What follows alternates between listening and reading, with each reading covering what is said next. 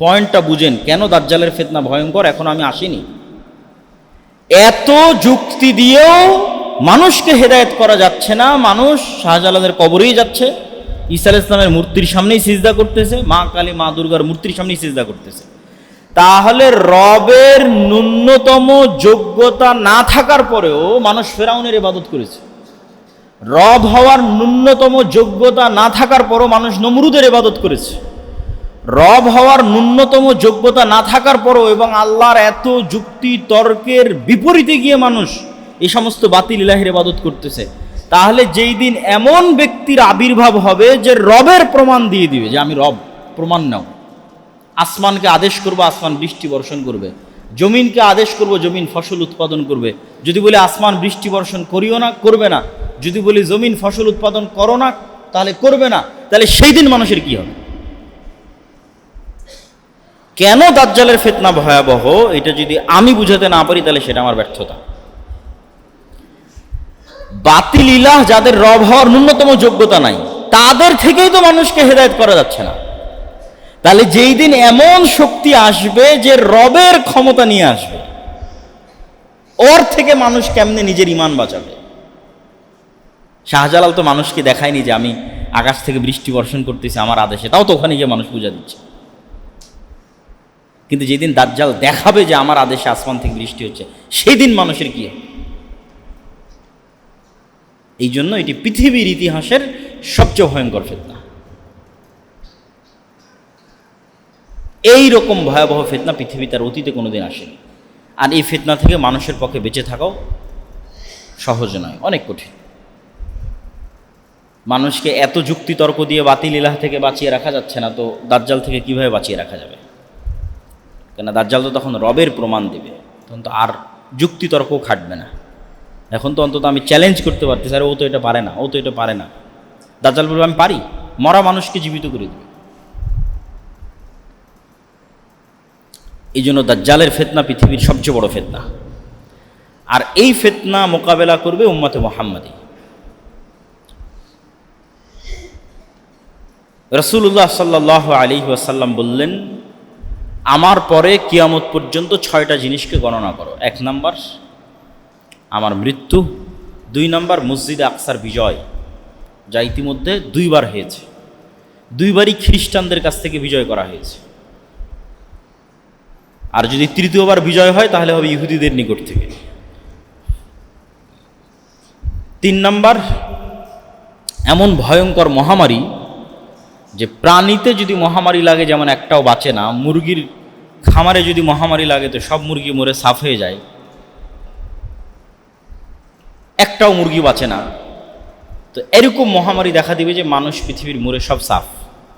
600 কোটির মধ্যে 1 লক্ষ বেঁচে আছে, সব মরে গেছে।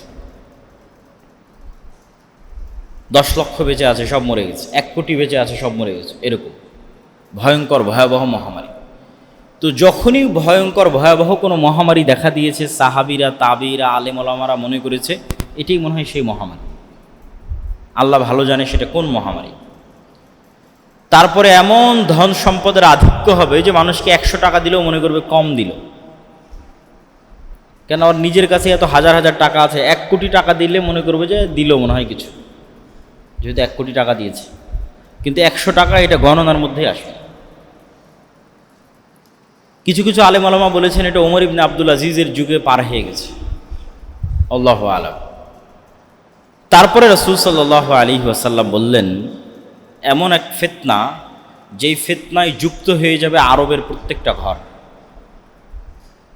যেই ফিতনা থেকে বাকি থাকবে না, বেঁচে থাকবে না আরবের একটা ঘর। পৃথিবীর সব ঘর নয়, আরবের সব ঘর। যদি আমরা বলি মোবাইল, স্যাটেলাইট, তাহলে তো পৃথিবীর সব ঘর। এমন ফিতনা যাতে আরবের কোনো ঘর বাকি থাকবে না। এটার সঠিক ব্যাখ্যা এটাই যে যুদ্ধ বিগ্রহ, গণ্ডগোল, মারামারি।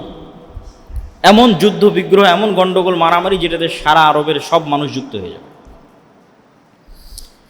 এটার সাপোর্টে আর একটা হাদিস তুলে ধরা যায়। রাসূল সাল্লাল্লাহু আলাইহি ওয়াসাল্লাম বললেন, অচিরেই ফরাত নদী থেকে জিবালুজ যাহাব, স্বর্ণের পাহাড় বের হবে।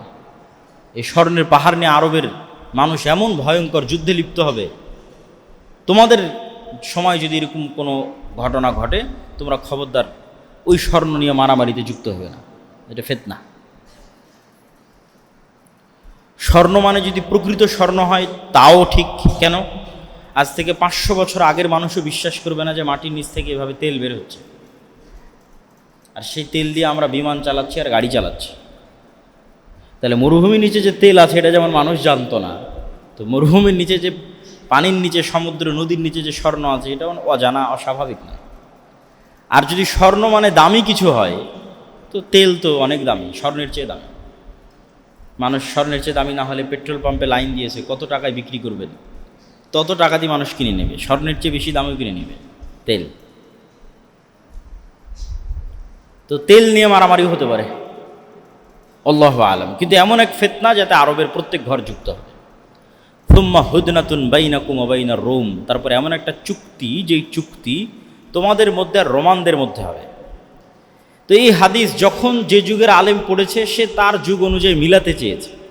যেমন আজ থেকে 500 বছর আগে যদি কোনো আলেম এই হাদিস পড়ে, তো 500 বছর আগে ইসরায়েলও ছিল না, 500 বছর আগে আমেরিকাও ছিল না। তাহলে তার কল্পনায় তো আর আমেরিকা আসবে না, তার কল্পনায় তো আর ইসরায়েলও আসবে না।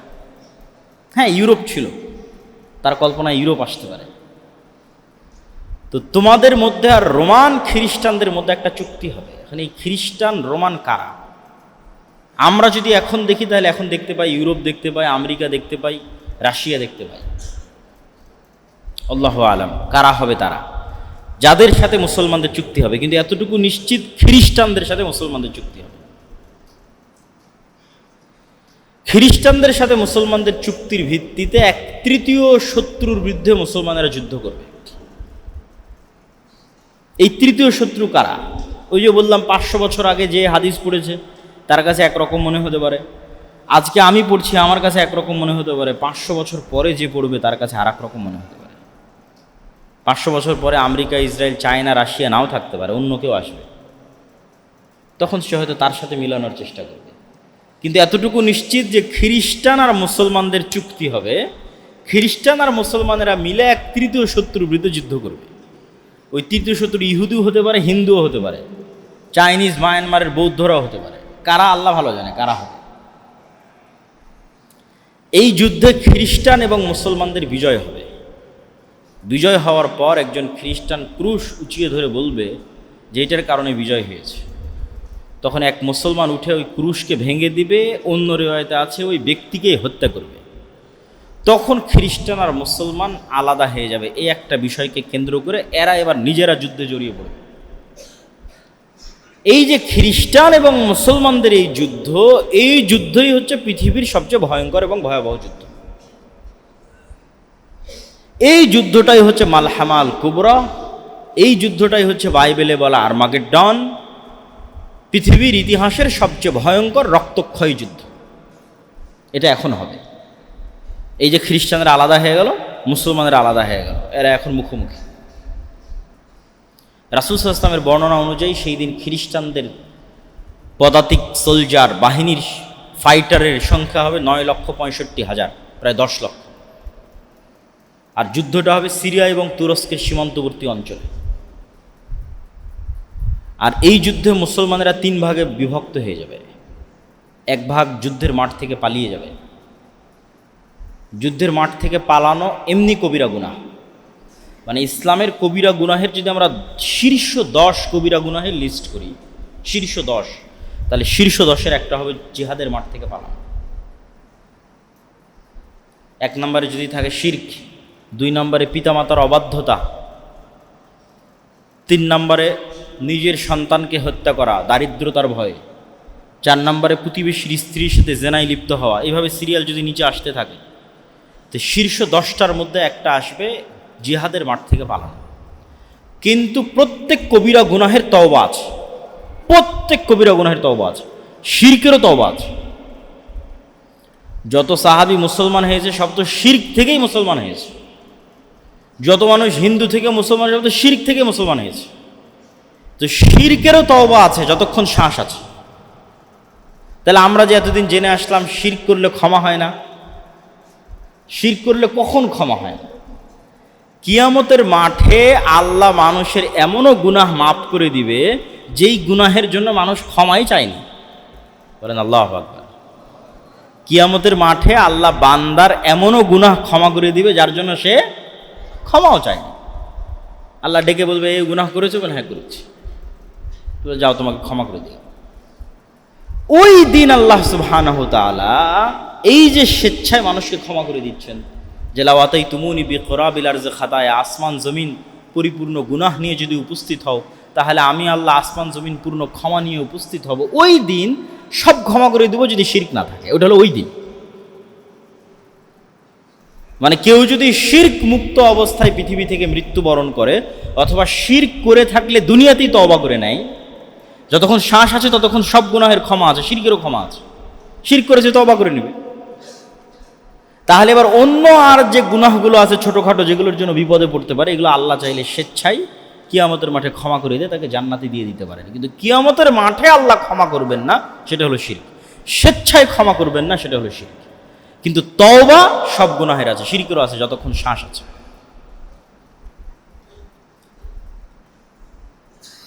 তো আমরা আলোচনা করছিলাম যে কিয়ামতের পূর্ব মুহূর্তে এই যে ভয়ঙ্কর যুদ্ধ, এই ভয়ঙ্কর যুদ্ধ থেকে যারা পালিয়ে যাবে তাদের ক্ষমা নাই। লা ইয়াতুবুল্লাহু আলাইহিম আবাদা। এই ভয়ঙ্কর যুদ্ধের দিন যারা জিহাদের মাঠ থেকে পালিয়ে যাবে, এদের তওবা কোনোদিন কবুল হবে না। তাহলে সব গুনাহের তওবা আছে, কিন্তু এই দিনের যুদ্ধের পালানোর তওবা নাই। 3 ভাগের 1 ভাগ মুসলমান শহীদ হয়ে যাবে, হুম আফজালুশ শুহাদাইল আরজ, তারা পৃথিবীর শ্রেষ্ঠ শহীদ। 3 ভাগের 1 ভাগ মুসলমান বিজয় অর্জন করবে। এই যে যারা বিজয় অর্জন করবে, আল্লাহ নবী বলছে এরাই কুস্তুনতুনিয়া তথা তুরস্কের ইস্তাম্বুল বিজয় করবে। আর এক হাদিস রাসূল সাল্লাল্লাহু আলাইহি ওয়াসাল্লাম বলতেছেন, ইসহাক আলাইহিস সালাতু ওয়াস সালামের বংশের 70,000 মানুষ যতদিন এমন এক শহর বিজয় না করতেছে, যেই শহরের এক পাশে সমুদ্র আর এক পাশে সমতল, যেই শহরকে তারা তরবারি, তীর, ধনুক, অস্ত্র, গুলি দিয়ে বিজয় করবে না, শুধু মুখের আওয়াজ লা ইলাহা ইল্লাল্লাহ আল্লাহু আকবার দিয়ে বিজয় করবে, ততদিন কিয়ামত হবে না। তো কোনো ব্যাখ্যাকার লিখেছেন যে এই যে ভয়ঙ্কর যুদ্ধ হলো সিরিয়া এবং তুরস্কের সীমান্তবর্তী অঞ্চলে, এই যুদ্ধের পরে মুসলমানদের যে বিজয় অভিযান চলতে থাকবে, কেননা 10 লক্ষ খ্রিস্টান এখানে খতম হয়ে গেছে, খ্রিস্টানদের শক্তি শেষ, এখন আর কোনো বাধা নাই। এই যে মুসলমানদের বিজয় অভিযান চলবে, বিজয় অভিযানে প্রথম বিজয় হবে কুস্তুনতুনিয়া, তুরস্কের ইস্তাম্বুল। তো ওই হাদিস দ্বারা এটা উদ্দেশ্য হতে পারে, অথবা এই বিজয় অভিযান চলতে চলতে চলতে চলতে একদম ইউরোপের কলজার মধ্যে ঢুকে গিয়ে ইউরোপের বিশাল শহর ইতালির রাজধানী রোম পর্যন্ত পৌঁছে যাবে, এবং যখন রোমে পৌঁছে যাবে তখন আর অস্ত্র ব্যবহার করা লাগবে না, তখন তাকবীর দিয়ে রোম বিজয় হবে। ওটাও হতে পারে। তো এই কুস্তুনতুনিয়া বিজয় অথবা ইতালির রাজধানী রোম বিজয়, এই দুইটার কোনো একটা বিজয়ের পরে শয়তান মিথ্যা চিৎকার করে বলবে, দাজ্জাল তোমাদের বাড়িতে ঘরে ঢুকে গেছে। তবে এখানে তার আগে আরেকটা তথ্য শুনে নিই, এই যুদ্ধে কেমন মানুষ মারা গেছে। এই যুদ্ধে এত মানুষ মারা গেছে যে পাখি 1 মাস আকাশে উড়লে লাশের সারি শেষ হবে না। এত মানুষ মারা গেছে যে গনিমতের মাল ও মালের ওয়ারিস কেউ থাকবে না, যে আমি যদি গনিমতের মাল পাবো তো আমার বংশে কেউ বেঁচে নাই, তো কে ওয়ারিস হবে? মানুষ যে মারা গেছে তার যে সয় সম্পত্তি রেখে গেছে, কে ওয়ারিস হবে? এবার পুরো বংশে যদি 100 জন থাকে তো মাত্র 1 জন বেঁচে থাকে। এই ভয়ঙ্কর ভয়াবহ যুদ্ধ হচ্ছে সেই যুদ্ধ। এই যুদ্ধের আরেকটা তথ্য রাসূল সাল্লাল্লাহু আলাইহি ওয়াসাল্লাম বলেছেন যে এই যুদ্ধে ইয়াখরুজু খিয়ারু আহলিল আরজ মিনাল মাদিনা, এই যুদ্ধে তৎকালীন বিশ্বের সবচেয়ে আল্লাহওয়ালা তাকওয়াবান পরহেজগার মানুষেরা মদিনা থেকে বের হয়ে আসবে সিরিয়ার এই যুদ্ধে অংশগ্রহণ করার জন্য। যাদেরকে রোমান খ্রিস্টানরা বলবে তোমাদের সাথে তো আমাদের কোনো সমস্যা নেই, তোমরা কেন এই যুদ্ধে অংশ নিচ্ছ, তারা বলবে আমরা আমাদের সিরিয়ার ভাইদের একাই ছেড়ে দিতে পারি না, এই জন্য আমরাও এই যুদ্ধে অংশ নিব। তথা মদিনা এবং সিরিয়ার মানুষেরা হবে এই বিশাল মুজাহিদ বাহিনীর একটা বড় অংশ, সিরিয়ার মানুষ এবং মদিনার মানুষ। তো এই যে এই যুদ্ধের পরে খ্রিস্টানদের যে পরাজয় হয়ে গেল, এদের তো আর কিছু বাকি নাই, এখন বিজয়ের পর বিজয়, বিজয় চলতে চলতে ইতালির রাজধানী রোম পর্যন্ত পৌঁছতে পারে মর্মে কিছু হাদিসের ব্যাখ্যা এবং কিছু জয়ীফ হাদিস দ্বারাও প্রমাণিত হয়, আল্লাহ ভালো জানে। অথবা তুরস্কের ইস্তাম্বুল পর্যন্তই শেষ, তুরস্কের ইস্তাম্বুল হোক অথবা ইতালির রাজধানী রোম হোক, শয়তান যখন আকাশ থেকে চিৎকার করে বলবে তোমাদের বাড়িতে দাজ্জাল প্রবেশ করেছে, তখন এই মুমিন মুজাহিদেরা হতভম্ব হয়ে যাবে, কেন এটা পৃথিবীর সবচেয়ে বড় ফিতনা দাজ্জালের আগমন। তখন তারা দাজ্জাল সত্যি এসেছে কি না এই ভয়ঙ্কর শকিং নিউজে যুদ্ধ বাদ দিয়ে, বিজয় অভিযান বাদ দিয়ে আবার ফিরে আসবে সিরিয়াতে। তো এখনও দাজ্জাল বের হয়নি, কিন্তু সিরিয়ার রাজধানী দামেশকে ফিরে আসতে আসতে দাজ্জাল সত্যি বের হয়ে যাবে। দাজ্জাল সত্যি সত্যি প্রকাশ পাবে, এবং দাজ্জাল প্রকাশ পাওয়ার পর তার যে ফিতনা হবে সে ফিতনা খুব ভয়াবহ। রাসূল সাল্লাল্লাহু আলাইহি ওয়াসাল্লাম বললেন তার গতি হবে কাগাইসিন ইস্তাদবারাতহুর রিহ, আকাশের ঝড় বৃষ্টি হলে মেঘমালার গতি যেমন থাকে তেমন। তার পৃথিবীতে বসবাস হবে 40 দিন, একদিন 1 বছর, দ্বিতীয় দিন 1 মাস, তৃতীয় দিন 1 সপ্তাহ। এবং সে যেই অঞ্চল দিয়ে যাবে, যে অঞ্চলের মানুষ ঈমান আনবে, তাদের ধন সম্পদ মৌমাছি যেভাবে মধুর চাকের পিছনে ছোটে, ধন সম্পদ টাকা পয়সা ওই এলাকার মানুষের পিছনে ওইভাবে ছুটবে, আরাম আয়েশ। আর যারা ঈমান আনবে না তাদের কোনো খাবারই থাকবে না, যেহেতু জমিনও ফসল উৎপাদন করবে না, সেহেতু পাতাও থাকবে না।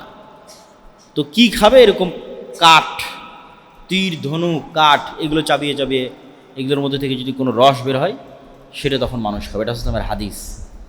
কেন? যেহেতু জমিন একটা ঘাসও উৎপাদন করবে না, তাহলে তো ঘাসও পাবে না, পাতাও পাবে না। তাহলে কী পাবে? আগে থেকে বাড়িতে থাকা যে কাঠ খড় যেগুলো ছিল সেগুলো চাপাবে। এরকম ভয়ঙ্কর দুর্ভিক্ষের মধ্যে পড়ে যাবে মুসলমানরা, যারা ঈমান না আনবে না দাজ্জালের উপর তারা। এবং দাজ্জালের এই অলৌকিক ক্ষমতা যে মৃতকেও জীবিত করতে পারে, জান্নাত থাকবে, জাহান্নাম থাকবে, সব থাকবে। এই অলৌকিক ক্ষমতাকে মোকাবেলা করার জন্য আর এক অলৌকিক ক্ষমতাধর ঈসা আলাইহিস সালাতু ওয়াস সালাম আসবেন, যার অলৌকিক ক্ষমতা এত ভয়ঙ্কর, এরকম নিঃশ্বাস তার যতদূর পর্যন্ত যাবে এতদূর যে কাফের থাকবে সে নিঃশ্বাসে মারা যাবে। এইরকম অলৌকিক ক্ষমতা সম্পন্ন, নিঃশ্বাসে কাফের মারা যাবে। এবং দেখলে দাজ্জাল মারা যাবে, অস্ত্র প্রয়োগ করা লাগবে না। দাজ্জাল চোখ দিয়ে দেখবে ঈসা আলাইহিস সালাতু ওয়াস সালামকে, দৃষ্টিতে সে মারা যাবে। কিন্তু তাকে মরতে দেওয়া হবে না, ঈসা আলাইহিস সালাতু ওয়াস সালাম তাকে নিজে হাতে হত্যা করবে। বাবিলুদ, যা ইসরায়েলের রাজধানী তেল আবিব থেকে অতি নিকটে। এবং দাজ্জালের এই ফিতনার সাথে আরেকটি জিনিস খুব গুরুত্বপূর্ণভাবে জড়িত, সেটি হচ্ছে দাজ্জাল কোথায় আছে, দাজ্জালের ফিতনা থেকে আমরা বাঁচব কীভাবে। তো দাজ্জাল কোথায় আছে মর্মে তামিম আদ-দারির একটি হাদিস খুব প্রসিদ্ধ, যে এক সমুদ্র সফরে তামিম আদ-দারি বের হলো 30 জন মানুষ নিয়ে। ঝড় বৃষ্টিতে নৌকার কোনো দিক থাকলো না, সমুদ্রের ঢেউ তাদের নিয়ে খেললো 1 মাস। 1 মাস পর যখন ঝড় বৃষ্টি থামলো, এক দ্বীপে গিয়ে ভিড়ল। সেই দ্বীপে দেখে এক জীব জন্তু জানোয়ার প্রাণী, যার আগা মাথা সব লোম দিয়ে ঢাকা, প্রাণী কথা বলতেছে। তা যেহেতু আমরা কোনোদিন গরু ছাগল মহিষ ভেড়া মুরগি এদের কথা বলতে দেখিনি, তাহলে জীবজন্তু জানোয়ার কথা বললে তো আমরা ভয় পেয়ে যাব। তো তাদেরও তাই হলো, তারা মনে করলো তো জিন। মানুষ কথা বলতে পারে, প্রাণী কিভাবে কথা বলে, পশু কিভাবে কথা বলে, জানোয়ার কিভাবে কথা বলে, জীব জন্তু কিভাবে কথা বলে। তো ওকে জিন শয়তান মনে করে মানুষের খোঁজে সে বলল যে এইদিকে এক মানুষ আছে, যাও দেখা করো। তো এই মনে করে সেই দিকে আগাতে থাকলো, গিয়ে দেখে সেখানে বৃহৎ আকৃতির এক মানুষ, যেরকম বৃহৎ আকৃতির মানুষ অতীতে কোনোদিন দেখেনি। তখন দাজ্জাল যদি বৃহৎ আকৃতির হয় এটা সন্দেহের কিছু নয়। কেন সন্দেহের কিছু নয়? স্বয়ং আদম আলাইহিস সালাতু ওয়াস সালাম নিজেই 60 হাত, 30-40 মিটার, 10 তলা বিল্ডিংয়ের চেয়ে উঁচু হবে। তো আদম আলাইহিস সালাতু ওয়াস সালাম নিজে যদি এখন আমার সামনে উপস্থিত হয়, তো আমি বিশ্বাস করতে পারবো না। তাহলে আদমের সন্তান দাজ্জাল বৃহৎ আকৃতির হতেই পারে, অস্বাভাবিক কিছু না, অসম্ভব কিছু না। মানে কেউ কেউ এরকম যুক্তি দেয় যে না, দাজ্জাল কিভাবে এত বিশাল আকৃতির হতে পারে, অতএব দাজ্জাল মানে আমেরিকা, অতএব দাজ্জাল মানে চ্যাটজিপিটি, এআই। এগুলো ভুয়া কথা, এগুলোর কোনো ভিত্তি নেই। দাজ্জাল আদমের সন্তান, মানুষ, কেমনে বিশাল আকৃতির হতে পারে? আদম নিজেই তো বিশাল আকৃতির। আদমই যদি আলাইহিস সালাতু ওয়াস সালাম আমার সামনে বিশ্বাস করতে পারো, তাহলে তার সন্তান বিশাল আকৃতির হতেই পারে। তো দাজ্জালের সাথে তামিম আর দারির যে সাক্ষাৎ, সেই সাক্ষাতে দাজ্জাল বহায়রা তাবারিয়া, নাখলে বাইসান, আইনে জোগার, নবী আল উম্মি।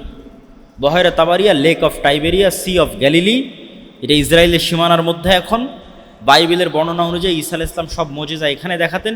এই জন্য ইউরোপ আমেরিকার সব খ্রিস্টান এই সমুদ্র বা এই লেক, এই হ্রদ, এই খাল, এই বিল দেখতে আসে। আর নাখলে বাইসান এটা হচ্ছে ইসরায়েলের একটা শহর, বাইত শিয়ান, যেখানকার খেজুরের বাগানের কথা বলা আছে।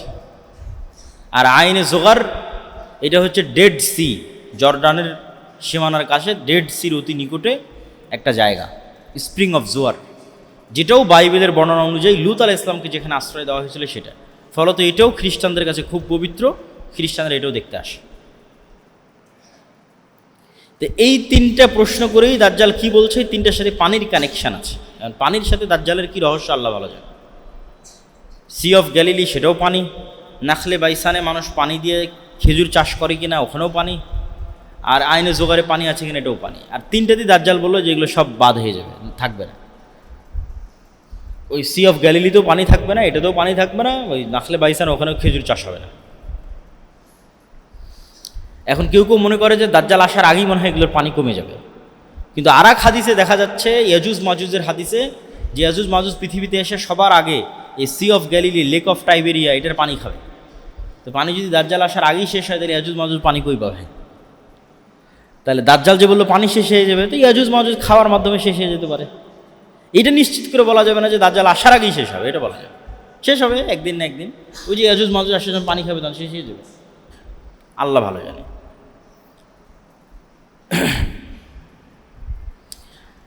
তো দাজ্জালের এই ফিতনা থেকে ঈসা আলাইহিস সালাতু ওয়াস সালাম যখন মুমিন এবং মুসলমানদের মুক্তি দিবেন, তখন আল্লাহ ঈসা আলাইহিস সালাতু ওয়াস সালামকে বলবে, যেই নবীর হাতে পৃথিবীর সবচেয়ে বড় ফিতনা ধ্বংস হলো, সেই নবীকে আল্লাহ বলবেন যে এখন যারা বের হবে তার সাথে তুমিও পারবে না।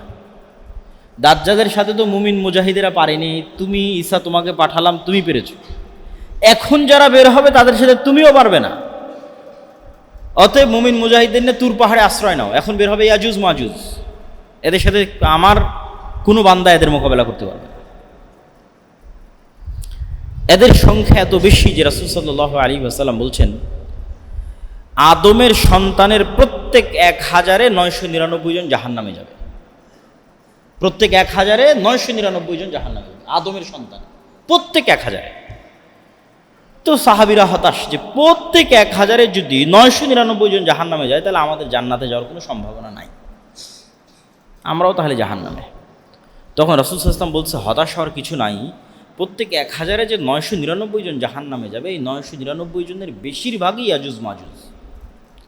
ধরেন আল্লাহ নবী তো নির্ধারিত করে বলেন, আমরা যদি অনুমান করি, কথার কথা বলতেছি, যে প্রত্যেক 1000-এর 900 জন হচ্ছে ইয়াজুজ মাজুজ, আর বাকি 100 জন হচ্ছে স্বাভাবিক মানুষ। বাকি 100 স্বাভাবিক মানুষের 99 জন যাবে জাহান্নামে, 1 জন যাবে জান্নাতে, কথার কথা বলতেছে। তাহলে ইয়াজুজ মাজুজের সংখ্যা কত হতে হবে? তাহলে ইয়াজুজ মাজুজের সংখ্যা নিদেন পক্ষে ন্যূনতম আদম আলাইহিস সালাতু ওয়াস সালাম থেকে নিয়ে কিয়ামত পর্যন্ত যা মানুষ হবে তার 900 গুণ হতে হবে, তার কয়েক শত গুণ হতে হবে। এখন তো 600 কোটি, এই 600 কোটির কয়েকশো গুণ বলিনি, আদম থেকে নিয়ে কিয়ামত পর্যন্ত যা মানুষ এসেছে তার কয়েকশো গুণ হতে হবে ইয়াজুজ মাজুজকে। তাহলে এবার হিসাবে মিলবে যে আদম সন্তানের প্রত্যেক 1000-এ 900 জন জাহান্নামে যাবে, তার অধিকাংশ হচ্ছে ইয়াজুজ মাজুজ। তো ইয়াজুজ মাজুজ আদমের সন্তান। ইয়াজুজ মাজুজ যখন বের হবে, ঈসা আলাইহিস সালাতু ওয়াস সালাম মুমিন মুসলমানদের নিয়ে তুর পাহাড়ে আশ্রয় নেবেন। তো তুর পাহাড়ে যখন আশ্রয় নেবেন, তখন আবার সেম দাজ্জালের মতো বিপদ, খাবার নাই, চাষাবাদ নাই, ফল ফলাদি নাই। ওই বিপদে পড়ে আবার তারা কান্নাকাটি করবে আল্লাহর কাছে, আল্লাহ বিপদ থেকে উদ্ধার করে। ঈসা আলাইহিস সালামও কান্নাকাটি করবেন। তখন আল্লাহ বিশেষ এক রোগে আক্রান্ত করে ইয়াজুজ মাজুজকে ধ্বংস করবেন। ধ্বংসের বর্ণনা হাদিসে এভাবে আছে, কামাউতি নাফাসিন ওয়াহিদ, একটা মানুষ মারা গেলে যেমন হয়, লক্ষ লক্ষ কোটি কোটি আজুজ মাজুজ এরকম একবারে একসাথে at a second at a moment মারা যাবে। কেউ আগে কেউ পরে হবে না, একসাথে সব এক সেকেন্ডে শেষ। তারপর ঈসা আলাইহিস সালাম তুর পাহাড় থেকে নেমে আসতে চাইবেন, দেখবেন চারিদিকে শুধু লাশ আর দুর্গন্ধ। তখন তিনি আবার আল্লাহর কাছে দোয়া করবেন যে আল্লাহ, এই পৃথিবীতে তো বসবাসের উপযোগী 1 ইঞ্চি জায়গাও নাই, খাবো কি, চলবো কি? তখন আল্লাহ বিশেষ এক প্রকার পাখি পাঠাবেন, যেই পাখি এই লাশগুলোকে তুলে নিয়ে গিয়ে এমন জায়গায় ফেলে দেবে যেখানে মানুষ বসবাস করে না, আল্লাহর আদেশ। উত্তর মেরু, দক্ষিণ মেরু, সাইবেরিয়া, বরফ আচ্ছাদিত, যেখানে আল্লাহ চাই। তারপরে ঈসা আলাইহিস সালাম নেমে আসবেন, আকাশ বৃষ্টি বর্ষণ করবে, জমিন ধুয়ে মুছে সাফ হয়ে যাবে এবং 7 বছর ন্যায়ের শাসন চলবে। এই ন্যায়ের শাসনের পর এক মৃদু বাতাসে ঈসা আলাইহিস সালাম সহ মুমিন মুসলমান সবাই মারা যাবে, শুধু ফাসেক ফাজের থাকবে। এই ফাসেক ফাজেরদের মধ্যেই যত হাদিস আপনারা শুনেছেন যে আল্লাহর নাম নেওয়ার কেউ থাকবে না, কোরআন পড়ার কেউ থাকবে না, লা ইলাহা ইল্লাল্লাহ বলার কেউ থাকবে না, কুকুর শ্রীগালের মতো খোলা মাঠে জেনায় লিপ্ত হবে, এগুলো এখন, তার আগে নয়। ঈসা আলাইহিস সালামের আগে এগুলো নয়। ঈসা আলাইহিস সালামের আগে মানুষের ঈমান এমন লেভেলে পৌঁছে যাবে, এমন লেভেলে পৌঁছে যাবে যে তারা দাজ্জালের ফিতনাকেও মোকাবেলা করতে পারবে।